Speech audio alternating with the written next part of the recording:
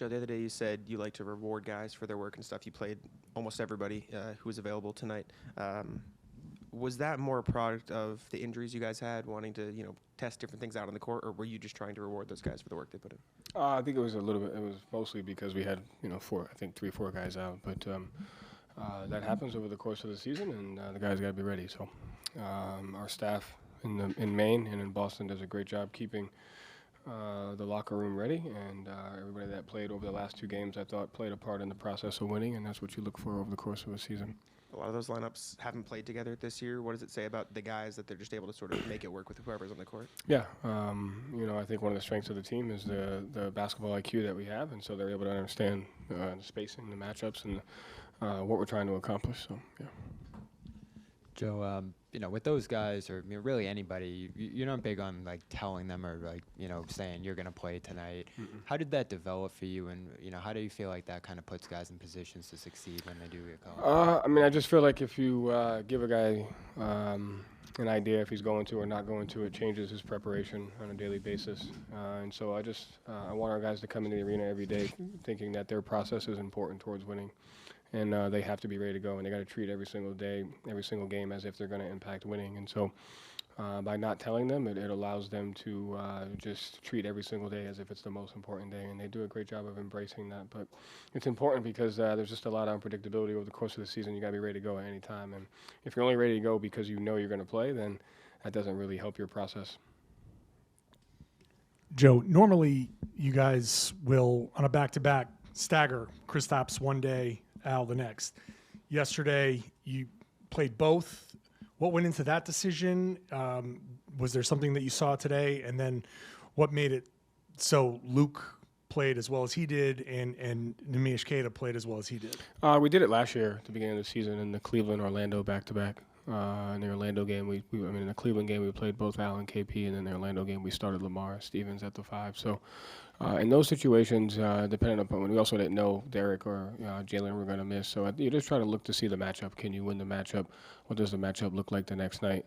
Where can you plug in your pieces and stuff like that? So we try to do that a couple of times throughout the year when the matchups present themselves as an opportunity for us to, for an advantage situation.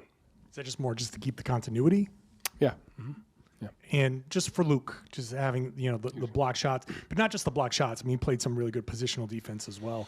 Just to see him come out and do that. What went into that? Yeah, when he plays with the level of physicality on both ends of the floor, it makes our team different. And I think the two things, his two biggest strengths are his physicality and rim protection when he's at his best, and then his screening versus different coverages. And I thought he saw both of those throughout the game. And he just got to continue to do that. But when he plays at a high level, we're a different team, and we can go to different things. Joe, you guys went big at some point in the first. Nemi, Tillman, Tatum, Peterson, Pritchard.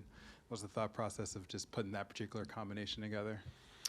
Again, in their second unit, we wanted to switch a little bit more and win the offensive glass. And so X and Nemi give us that opportunity to do that. And they're a little bit more versatile to where we could do more switching and kind of hurt them on the glass. Joe, you pushed your guys, deep minutes, including Jason last night, not tonight. 37, I think, Jason, 36 for Hauser. Jason obviously probably could have used a break. What goes into kind of trying to give guys, you asked this before the game about Jason, and you just say, hey, if he tells you he wants to play, he wants to play. But how do you kind of manage that situation? Because tonight, it wasn't a crisp game on either side. Both teams played last night. And how do you kind of manage when your team, because of fatigue, is just going to not play as crisply? We only had 10 turnovers. No, we had 17? Oh, shit. Yeah. No, it wasn't a crisp game.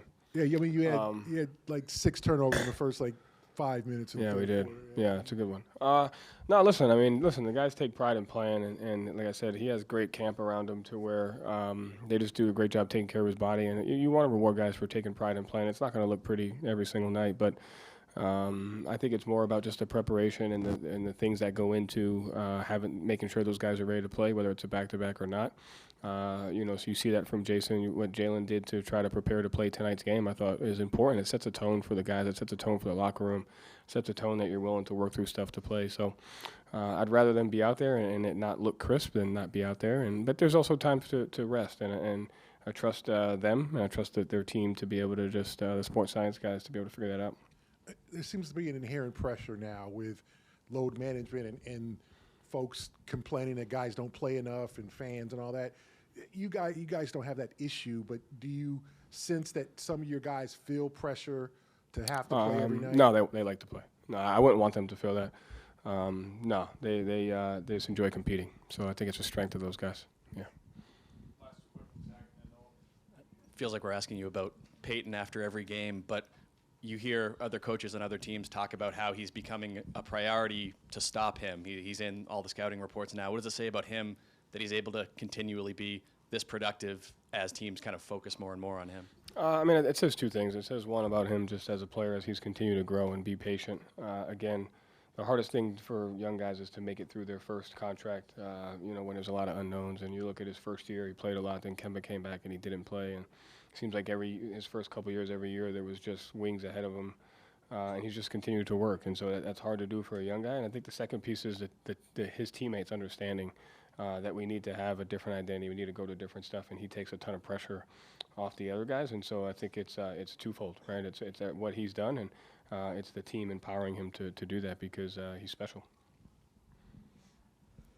Joe, Drew Peterson had not played, I think, a total of 30 NBA minutes before yesterday, and then the last two games. In his whole career? In his whole career. Oh, wow. And then the last 2 days, it's 51 combined minutes. So just what do you like about his game? Obviously, you said he had good reps, but what does he bring to a team, and why has he kind of stuck out here these last 2 days? Yeah, I mean, listen, you played against two good defenses, two teams that really protect the paint, and two teams that have length and physicality. And so, to me, he's done a great job. One, he plays with a level of confidence. Two, I always like guys who are better defenders than people think. You said that with Sam and Drew.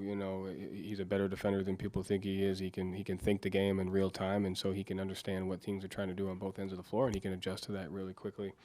And he can make shots. And so you see, like tonight, like everyone will look at the 2 for 5, but he had 7 rebounds. And so he has the ability to impact the game in different ways. He has the ability to think in real time, and he can defend. Thanks. Thanks.